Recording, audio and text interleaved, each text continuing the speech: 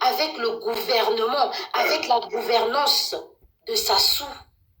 Il n'y a rien qui se passe au Congo dont nous, Congolais, nous pouvons être fiers. Nos parents ont fermé les yeux parce que eux étaient nés lors de l'Afrique équatoriale française.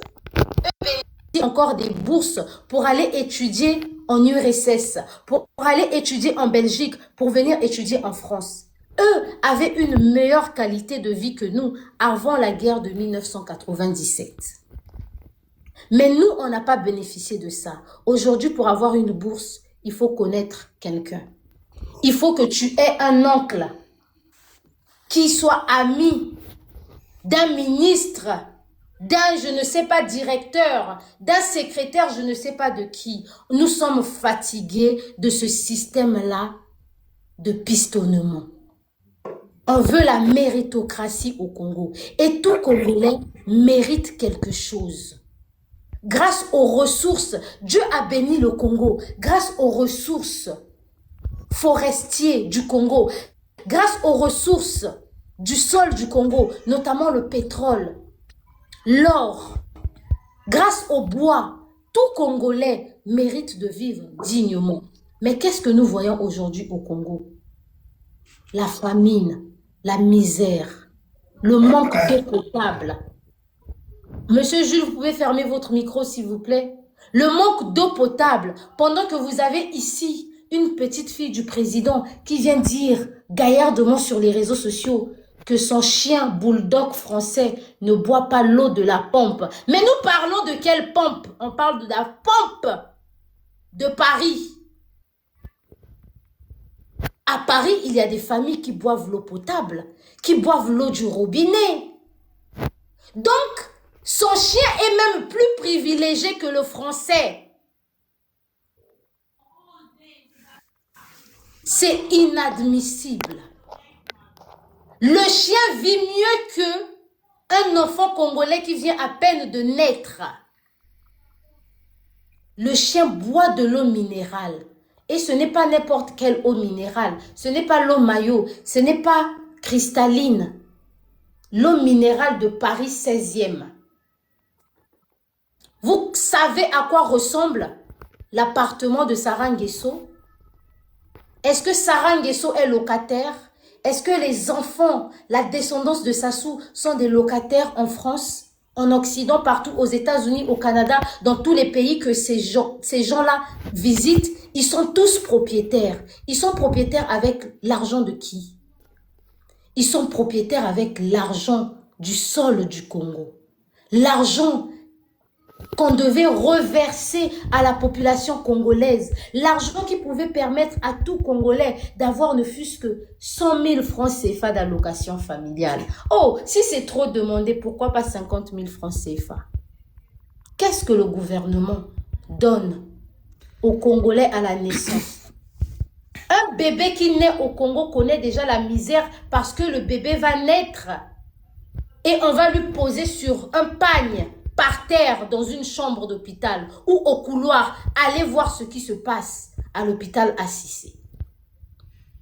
Les femmes accouchent et elles n'ont pas de place pour dormir. À l'hôpital, elles étalent les matelas, les nattes pour dormir avec leur bébé. Parce que les chambres, il faut les réserver. Il faut payer pour avoir une chambre. Il faut payer pour être seul dans sa chambre. Mais le pays d'Emmanuel Macron, que Sarah vient vanter, le pays de Donald Trump, que Sarah vante, Miami n'appartient pas à son grand-père. Miami n'appartient pas à Mabiala Manganga. Miami appartient aux Américains. Dans ces pays-là que eux ils visitent, ces pays-là où eux ils vont faire des vlogs. Les enfants naissent, ont des allocations familiales. Les enfants naissent, ne payent pas des frais d'hospitalisation.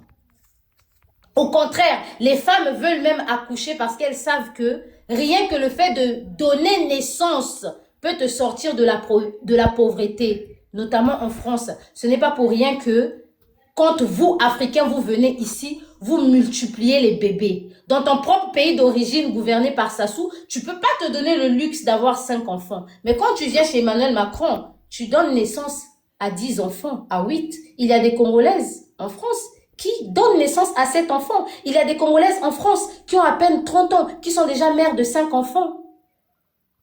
Au Congo, tu peux te donner ce luxe. Mais les filles qui ont 5 enfants à l'âge de 30 ans au Congo, ce sont des filles qui sortent de familles pauvres, qui n'ont pas d'autres distractions que de se faire plaisir, qui n'ont pas d'autres distractions moyennant 200 francs. Une petite peut rentrer dans le magasin d'un boutiquier ouest-africain juste parce qu'elle veut manger le pain au chocolat. Et par ricochet, elle tombe enceinte.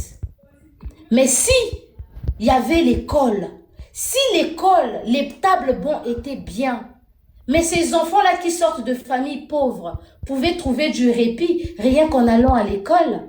Parce qu'elles savent qu'en allant à l'école, je vais manger. L'école publique, hein, je parle de l'école publique. Elles allaient se dire, en allant à l'école publique, en allant à l'école le matin, à midi, je vais manger à la cantine. Comme nous, ici en France, on ne paye pas l'école. La cantine de l'enfant, tu peux payer peut-être 1 euro par jour. Tout dépend de ta fiche de paye. Tout dépend de ton avis d'imposition. Il y a des familles qui payent ne fût-ce que 15 euros pour leur enfant, pour un seul enfant, 15 euros tous les mois. Est-ce qu'au Congo, un enfant peut manger tous les jours avec 15 euros? Alors que nous avons le pétrole, alors que notre sol est plus riche que le sol français, nous sommes les derniers de l'Afrique, alors que notre pays, c'est le 3e pays producteur de pétrole. Mais les Congolais, vous voulez qu'on vous donne quel discours? Nous, on ne parle pas parce qu'on est en France. On parle parce qu'on a réalisé qu'on a souffert. On parle parce qu'on a réalisé que si on se retrouve en France, c'est parce qu'un président s'est accaparé du pouvoir pendant plus de 40 ans et qu'il a mis le pays plus bas que terre. Tout Congolais aujourd'hui rêve de quitter le Congo. Pourquoi on ne vous délivre pas les passeports? Parce qu'ils ne veulent pas que vous puissiez quitter le Congo. Quand vous allez quitter le Congo, vous allez voir ce qui se passe en Côte d'Ivoire, ce qui se passe au Bénin, ce qui se passe même à côté en Angola. Vous allez être révoltés. Vous allez comprendre que vous êtes devenus esclaves du gouvernement. Voilà pourquoi on ne délivre pas les passeports à tout le monde. Parce que de base, quand on voyage, c'est pour aller aussi prendre la culture de l'autre et ramener chez soi. C'est pour se partager des expériences. Sarah Nguesso, tu voyages partout dans le monde. Tu vois comment les pays des autres sont construits. Toi, tu peux conseiller ton grand-père. Nous, on a conseillé nos grands-mères. Nous sommes en train de conseiller nos mamans. Quand nos parents nous disent il faut plus parler de politique, on les conseille. On leur rappelle que plusieurs années, vous n'avez pas parlé de politique. Ça a donné quoi? Aujourd'hui, les jeunes filles, pour manger, elles sont obligées de sortir avec ces vieux politiciens de 70 ans, de 80 ans, de 90 ans. Vous pensez que ça fait plaisir de dormir sous son grand-père? Vous pensez que ces filles qui le font, ça leur fait plaisir? Mais c'est à cause des femmes comme Sarah Nguesso, comme ça, qui viennent brandir des richesses sur les réseaux sociaux, sans pourtant qu'on puisse connaître la provenance. Si le peuple congolais ne s'était pas levé pour dire que tu vis la vie d'opulence, de richesse, avec l'argent de notre sol, les gens pouvaient croire qu'elle est l'enfant d'aristocrate. Les gens pouvaient croire qu'elle sort peut-être de quelle famille riche nigériane, mais c'est une Congolaise. Petite fille de président. Il a fallu qu'elle mette en évidence certaines choses sur les réseaux sociaux aujourd'hui pour que d'autres jeunes prennent conscience. Parce que nous sommes la génération des réseaux sociaux. Nos parents savaient que ces gens-là voyageaient en jet privé, que les gens-là mettaient tout leur village dans l'avion pour venir fêter les anniversaires en France, à l'exemple de Antoinette Sassou. J'ai dit les Congolais, si vous voulez sortir de l'esclavage, il faut appeler chien par chien, chat par chat. Antoinette Sassou mettait son association dans l'avion. Pas peut-être un seul avion, 2 avions pour venir faire des fêtes ici en France. Avec l'argent de qui? Cette famille est venue au pouvoir. C'était quoi leur capital? Est-ce qu'avant de devenir au pouvoir, ils étaient des investisseurs? Est-ce qu'ils étaient des entrepreneurs? ils étaient rien du tout. Pour que cette arriviste de Julia Bongo, née au Tombongo, vienne écrire sur son profil mère, je ne sais pas quoi, juriste, entrepreneur. Entrepreneur avec l'argent de qui? Entrepreneur avec l'argent de qui? Quelle entreprise que vous allez nous présenter au Congo où vous avez investi vos propres capitaux? C'est l'argent du contribuable. C'est l'argent des Congolais. Les parts qui sont censées revenir au peuple congolais, vous prenez ces parts-là. 15% du revenu pétrolier. 50% du revenu peut-être, l'autre là, de la forêt du Congo. Vous avez tout pris aux Congolais. Il est temps de tout redonner aux Congolais. On ne peut pas s'asseoir et voir une seule famille marginaliser tout un peuple. Donc, pour toutes les personnes qui acceptent les 2000 francs, toutes les personnes qui acceptent les 1 million de francs, sachez que vous méritez plus que ça. Parce que Sarah Nguesso, à son âge, 30 ans, elle voyage tous les jours en jet privé. Donc, si vous ne prenez pas conscience, je dis que la conscience, c'est maintenant.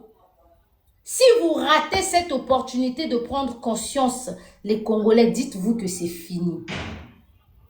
On n'attend pas les élections pour commencer à revendiquer ses droits. Malheureusement, c'est l'erreur que beaucoup de nos opposants ont eu à faire. Ils attendaient les élections. Oui, monsieur. Madame Obi, je vous remercie pour votre belle parole. Vous savez ce que je veux? Ce que j'aimerais, c'est que vous échangez vos coordonnées avec monsieur Chris. Madame, non, on est ensemble depuis longtemps, oui. Voilà, oui, voilà. Mais justement, puisque vous êtes ensemble, il faudrait que vous vous concertiez, parce que vous avez les mêmes idées. Parce que vous, au moins, vous vous battez, contrairement aux autres. Et Nitou aussi. Donc, vous vous coordonnez. De temps en temps, vous vous voyez pour mettre en place une stratégie, vous, et faire en sorte que d'autres vous rejoignent. C'est ce que je veux, moi. Parce que ce que vous dites là, c'est une belle parole. Oui, monsieur Jules. Aujourd'hui, les Congolais, nous avons tous les mêmes idées. Même ceux qui sont assis là-bas au pouvoir avec eux, nous avons tous les mêmes idées. Non. D'autres n'ont pas les mêmes idées. Nous avons tous les mêmes idées. Madame, les gens avaient peur de libérer la parole, monsieur Madame, Jules. ceux qui sont à Paris ne parlent que des habits. Je sais ce que je vous dis. Ils sont conscients, ils ont voulu étouffer la souffrance du pays en montrant qu'on était un peuple souverain, alors que nous sommes les derniers de l'Afrique. Voilà pourquoi je dis, il est temps de prendre conscience de la réalité, d'oublier les Weston, de mettre les Michunyabata et de sortir pour revendiquer nos droits. On mérite de vivre dignement. Moi, Eunice Obi, j'ai fait pétrole, j'ai pas envie de m'asseoir dans la France d'Emmanuel Macron. Mais qu'est-ce qui fait que, après les études, que je vienne en France, c'est parce qu'au Congo, on n'a pas les opportunités. On ne veut pas tous faire des promotions canapé. On n'a pas tous envie de faire les promotions canapé. On veut mériter notre travail. Vous allez voir les jeunes filles congolaises qui vont vous dire que, mais oui, nous, on a quand même trouvé du travail. Vous avez trouvé le travail comment? Dites-nous, il y a promotion canapé et puis il y a mon frère travaille là-bas. Mon père travaillait là-bas. Mon père connaît monsieur un tel. Voilà pourquoi nos parents n'ont pas parlé. Parce que eux connaissaient des gens. Nous, on ne connaît personne. On ne connaît que la loi. On ne connaît que nos droits. On ne connaît que ce qui se passe à l'international. Les autres vivent dignement. Il est temps que le Congolais puisse vivre dignement parce que nous méritons. Notre sol nous permet de vivre dignement. On ne peut pas être en plein 2026. On a les fils et les filles de présidents qui voyagent en jet privé alors que dans leur pays, leur père va inaugurer les bâches à eau de 300 mètres cubes carrés. Vous parlez de quoi? Monsieur Denis Sassou Nguesso, après plus de 40 ans au pouvoir, vous voyagez en jet privé. Votre femme se fait soigner actuellement en Suisse. Vous allez inaugurer une bâche à eau. Même moi, Eunice Obi, en ma qualité d'influenceuse, je ne peux pas aller inaugurer une bâche à eau dans un village au Congo. C'est une honte. C'est une honte. Nous, la nouvelle génération, nous vos petits-fils, vos petites-filles, on vient vous rappeler que vous avez échoué lamentablement parce que vous n'avez pas su éduquer vos enfants. Vous avez cru que vos enfants, en allant à l'étranger, allaient peut-être aller faire les études et revenir vous donner les idées pour gouverner le Congo. Mais en dehors de ça, ils se sont mis à prendre de la drogue, ils se sont mis à boire excessivement, ils se sont mis à prendre les deuxième, troisième femmes. Ils n'ont reproduit que votre style de vie parce que les enfants ne copient que ce que les parents font. Et nous, on ne peut plus accepter ça. Merci. Intervention. Moi, je me mobiliserai sur l'action que tu as mis en place avec le hashtag C'est dur d'être congolais.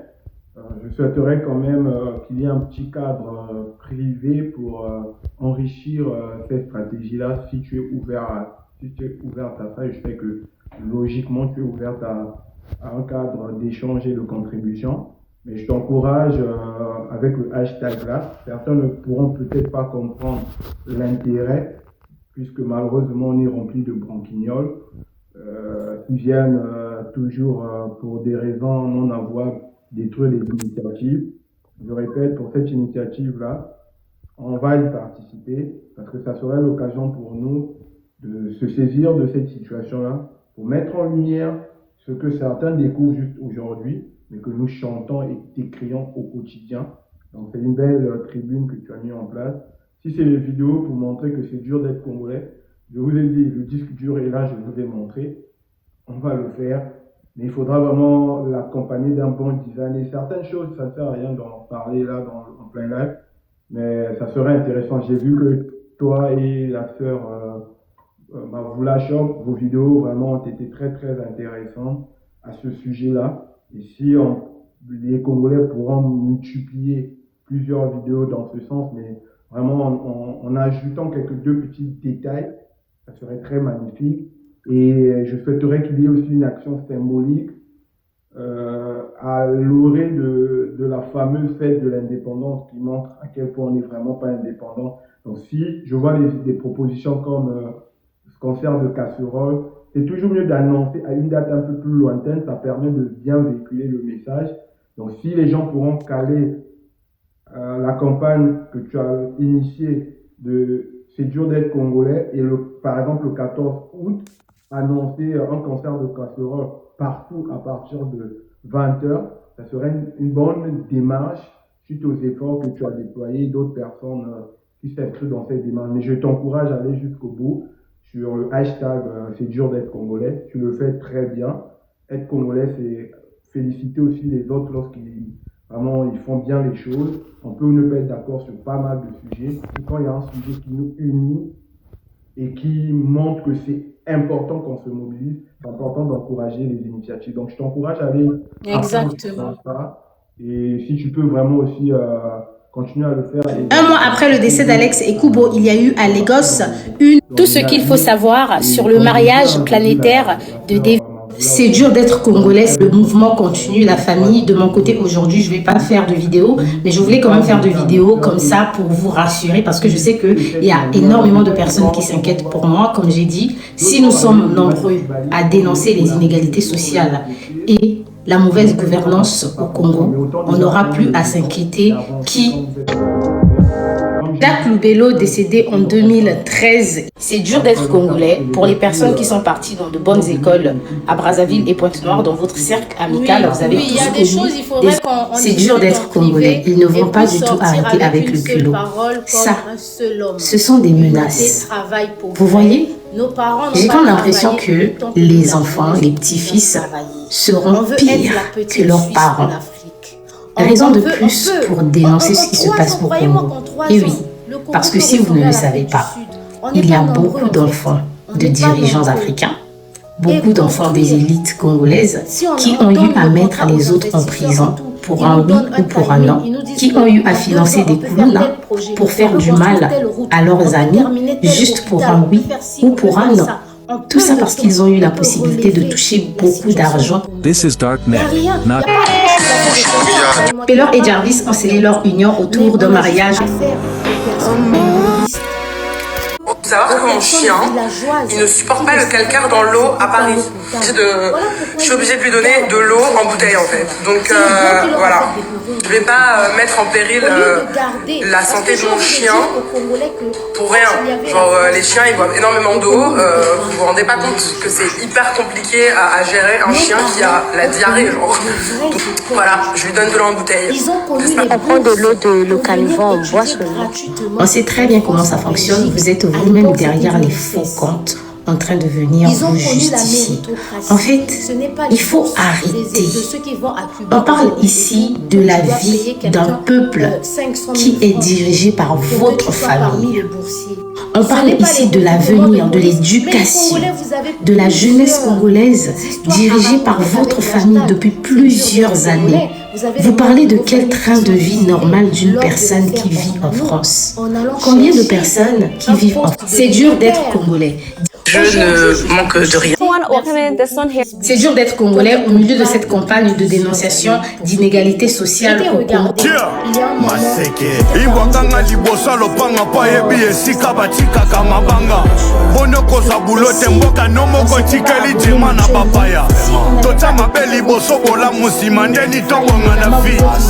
mboka nini omona moto aza retraite na musala ki muyibi yesu aregretaka kutu masumu afutela biso na gologota vie eza moko profite lelo po mokili ezambanga taba biso tuka poto nana kotikala tonga mboka zala yo mobala lukisaka ntongo midi mpe pokwa na oparle na tous les noko tous les kama bref na bao baconcentre baye nyonso basala bato mabe na mokili ne faut que reculer fotonga fobala fobota bana batanga basa mpe ya kolia. On prend de l'eau de Localivan, on boit seulement. Moi je fais la diarrhée, après ça me fait gratter, je me lave au savon. Parce que de l'eau ne coule plus, on entend le souffler, on a la porte à la maison. Voilà près de 2 semaines que ça dure. 2 semaines sans eau régulière dans plusieurs quartiers sud de Brazzaville. Je viens de recevoir une robe d'Angleterre. J'ai dû payer 390 € de frais de douane. La robe est trop grande, donc et je paye aussi 200 € de retouche en plus. Donc voilà, donc j'espère vraiment que je vais être très belle dans cette robe parce que... Fini de suivre le discours de Mavoula. Mesdames, si votre mari a mauvaise... Fini de suivre le discours de Mavoula Shop par rapport à Sarah Nguesso et c'est à la fin de son discours que j'ai eu les larmes aux yeux. Je pense que nos grandes sœurs, nos parents, connaissent encore mieux l'histoire. Mesdames, si votre mari a mauvaise haleine, mais veut quand même... Je viens de recevoir une robe d'Angleterre. J'ai dû payer 390 € de frais de douane. La robe est trop grande, donc je dois aller faire des retouches. Je vais faire des retouches. Je trouve pas de place, donc je me mets en livraison. Bien évidemment, je me tape une amende. Je vois littéralement les policiers en train de me mettre l'amende. Et je paye aussi 200 € de retouches en plus. Donc voilà, donc j'espère vraiment que je vais être très belle dans cette robe parce que elle me coûte très cher, très cher. Chacun son emplacement ici pour s'adonner à la lessive, sur une voie très fréquentée par des... C'est une malformation dans un état qui fonctionne, qu'on pouvait rattraper à la naissance ou depuis le sein de sa mère. En France, ici, on peut savoir si un enfant... Au collecteur Zangada Bangombe, rue Mbemba Théodore, dans le premier arrondissement, c'est la ruée vers l'eau de ruissellement. Lessive, réserve, survie. Ici, une seule règle, se débrouiller. Et parfois, au péril de leur vie. Il y a beaucoup d'histoires. C'est une eau